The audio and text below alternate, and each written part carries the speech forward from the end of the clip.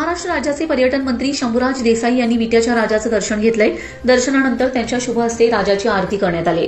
या प्रसंगी भक्तिभावाचं वातावरण दिसून आलंय। यावेळी बोलताना आमदार देसाई म्हणाले, आमदार सुहास बाबर यांचं काम मी अगदी जवळून पाहिलंय। फक्त 7 ते 8 महिन्यांपूर्वी आमदारकी मिळूनही त्यांच्या काम करण्याच्या पद्धतीवरून असं वाटत नाही की ते पहिल्यांदाच आमदार झालेत।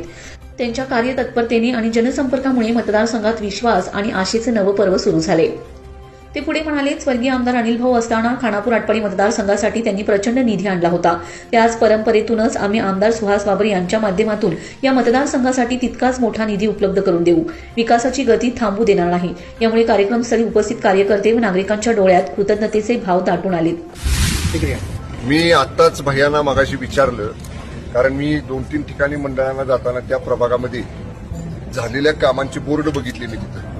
सगळ्या बोर्डवर स्वर्गीय भाऊंचं नाव आहे। भाऊंच्या निधीतनं ती कामं झालेली आहेत। त्यामुळं मी भैयांना म्हटलं, बाबा जसं भाऊंचे बोर्ड सगळीकडे दिसत आहेत, आता तुमचे पण दिसले पाहिजेत। आणि मी माननीय शिंदे साहेबांच्या वतीनं तुम्हाला विटेकरांना शब्द देतो की जसा आदरणीय स्वर्गीय अनिल भाऊंना एकनाथजी शिंदे साहेबांनी नगर विकास विभागाचा भरपूर निधी विटा शहरासाठी दिला, तसाच निधी आदरणीय शिंदे साहेब हे माननीय आमदार सुहास भाईंना विट्याच्या सर्व कामांच्यासाठी देतील, हा शब्द आज विट्याच्या राजाच्या दारामध्ये मी आदरणीय एकनाथजी शिंदे साहेबांच्या वतीनं देतो।